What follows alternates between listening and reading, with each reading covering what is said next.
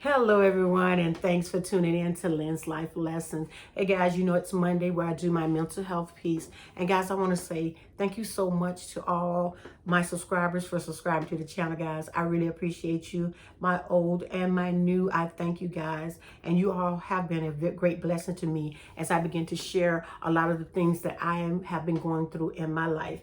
And it's just been a blessing to have each and every one of you to come on. And I want to say mega love to all of you. And guys, I thank so much for all the people that came in for my birthday and helped me celebrate 60 years of life. And I just want you guys to know I am truly blessed.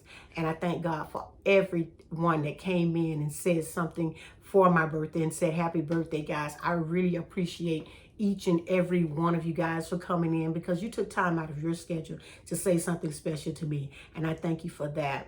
But guys, I'm here today. I'm just doing a short video concerning the mental health piece because, guys, you know, on Mondays is mental health Mondays for me, where I come in and talk about the mental health piece. So, guys, as you know, in the last, not last week, but the week before that, I went ahead and did a piece about how a lot of our young men are having mental health issues, and we're having a high rate of brown men committing suicide. So that was very important to me that I brought that out, and I brought some statistics out. But on today, guys, I'm just going to be talking about the mental health, you know, just talking about how you need to get help if you're having any type of issues, any type of issues concerning the mental health piece, for as anxiety, depression, emotional issues, or anything like that, guys. There are people out there that can help you. And just like, guys, I want to always let you know, I am not a therapist. I am not a doctor. I am none of that. I'm just a young lady coming on YouTube trying to make everyone be aware of the mental health piece and how the mental health piece is in our community beginning to be more prevalent because of the young people today. They're having some issues processing things in life. And with the pandemic, it really brought out a lot of things because a lot of people had to like be home, and we were like put in a different space that we weren't really used to.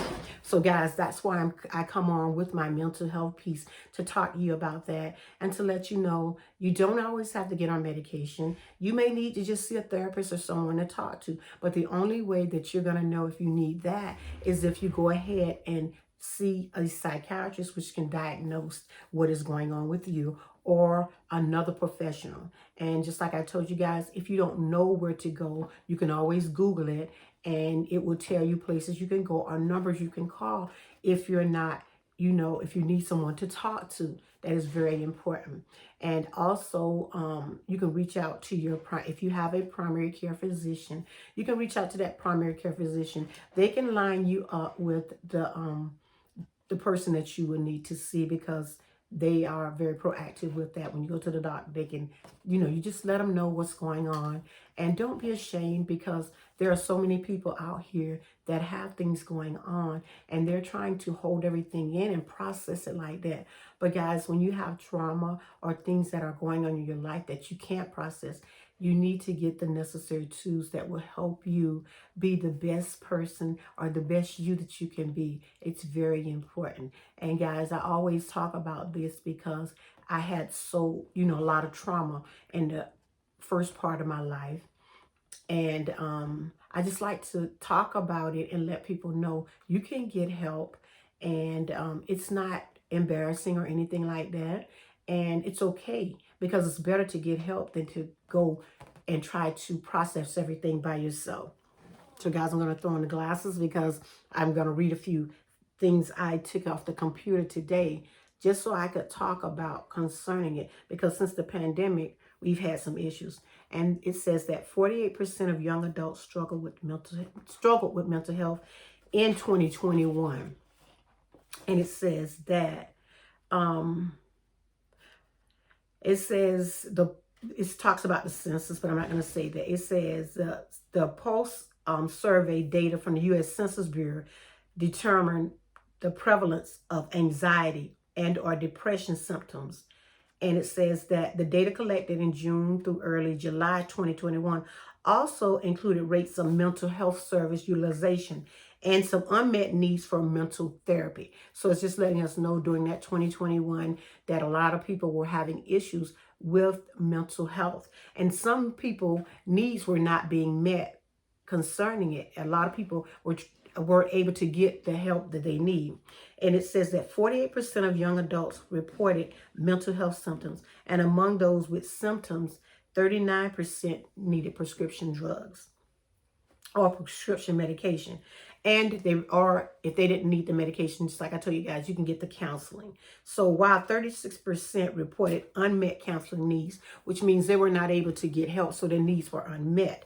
And it says female Hispanics and uninsured young adults had the greatest unmet needs because those, I guess they weren't able to get the necessary tools, or maybe they didn't have insurance, or maybe they didn't have a way to be able to pay to get the help that they need.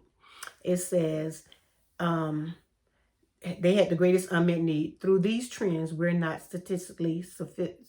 Okay, but they were just telling about the trends and how they went ahead and, did the surveys for this. And it says that despite the development of virtual platforms for providing mental services, the current need for services far exceeds the capacity to provide them. So it's letting us know that we don't even have the capacity for all of the people that have some issues. We don't have enough people to help take care of them or help them with the needs that they have. It says, given that only about 1/3 of those with symptoms receive care. 1/3. Did you hear that? We might have expected to see closer to 2/3 reporting unmet needs.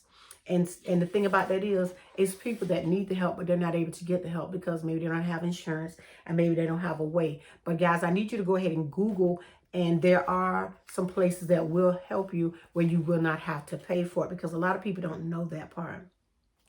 It says, nonetheless, the consistent findings of significant mental struggles among young adults highlight the importance of addressing barriers to care for this group, such as cost, stigma, and confidentiality concerns are the author wrote, which means they were concerned about, confidentiality and the stigma that's in our, in our brown community, that you don't need to see a doctor, a psychiatrist, you don't need to get mental health, you don't need to take care of that. But guys, that's not true. We have issues in our community that we very much need to take care of. We need to stop getting to the point where we think we can just sweep everything under the rug. If you're having an issue or you have things going on in your life, you definitely need to get the necessary tools that can help you. And it says there is also a need to improve the size, distribution, and the capacity of mental health workforce, which means we need more people in that mental health workforce to do the work to help us get to help the people who need help. But I guess there's a shortage, like it's all over the world, of workers, which we see that each and every day when we go and we're out to restaurants or different places where we always see the signs where they need help. So with a lot of people being able to do their work virtual or from home, it's a new way that you can get therapy, because you can go on the internet. And that was so great for me, because I went to the doctor recently on the internet and I was like scared, like, okay, so he asked me questions and he talked about any concerns I had. And the same thing would be if you go on with a therapist. You really don't have to go to a therapist's office anymore. You can actually do it virtual. So it makes it easier and you're more comfortable in your own home. That's very important. Guys, do not take the mental health piece and think that it is not important. It's very important that you take care of your mental health. It is very important to us. And I cannot stress it enough. It's definitely important in our community that we need to start reaching out, trying to help each other, and listen to our children if they're telling us something. They do have signs when they're going through something. For me, I have to go in and try to, my youngest son would talk to me. My oldest son, he'll, sometimes come out and he'll say, can we talk? And I think we need to definitely have the talk with our young adults. If you have a son, they're already going through so many stresses with just being young men. And if they're a brown color, being a man, being the issues that go on in our community. For an example, for me would be, I share things. I don't have a problem sharing things, just like getting pulled over, some of them don't know what to do if they're pulled over. I really would like for my, oldest son to go to like I wish they had programs where you could go so they can learn what they need to do if they're pulled over, how to take the time out to, if they ask for your license, give them your license, or they ask you for something. But I think in our community, they are so nervous about what's going to happen to them if they're pulled. And with my sons, it bothered me a lot because as a parent, because if they're pulled and they don't know exactly what to do, I don't want the actions to end up being a bad outcome. So that's why I try to make sure I'm talking to them. And my one son had expressed to me the stress of being who he is, and the type of car he drives with he worries about getting pulled. And if he gets pulled, what he needs to do. And I always say, have everything over your visor so you will be calm. But for some reason, he gets nervous and a little anxious and agitated, So guys, that's why I come with the mental health piece, because it's not something I'm just talking about for someone else. I put myself in that area too. And that's why I try to talk to them and explain to them things they need to do. As a man, you got to do some things, differently. If you're driving your car, you need to make sure that you have everything there. I even went to the extent, guys, I put cameras in their cars to help them. But guys, all that doesn't work if they don't follow the directions. And also, if they have something going on where they're not understanding and they're thinking in the back of their mind, I'm going to get pulled, I'm going to get killed, this is going to happen to me, and that's going to happen to me. So guys, that's why I say I wish they had like a program where they could go to and tell them everything they need to do, comply. And then some people do comply, and then what happens? So guys, I know I'm going off a little bit, but I'm just saying some things that have been happening in my life that, I like to share and let people know. When I talk about the mental health piece, it comes to me too, because I have children that have, issues. And then once again, I have a daughter that I'm a caregiver for that when she was younger, they tried to put her on meds because they thought she was maybe hyper, but my daughter was the opposite. She was very calm. So guys, like I tell you, everybody doesn't have to be on medication. If you need help for depression, emotionally and anxiety, get the necessary tools. Go online or either go to your primary care physician. Get the help you need. And by all means, guys, I'm not perfect with this, but I just want us to know the awareness of knowing how we need to be able to help our young adults as they venture into more of adulthood, but also being able to let them know there are places you can go to get help, so that you can be the best that you can be. I'm all for self-care, which is the best care.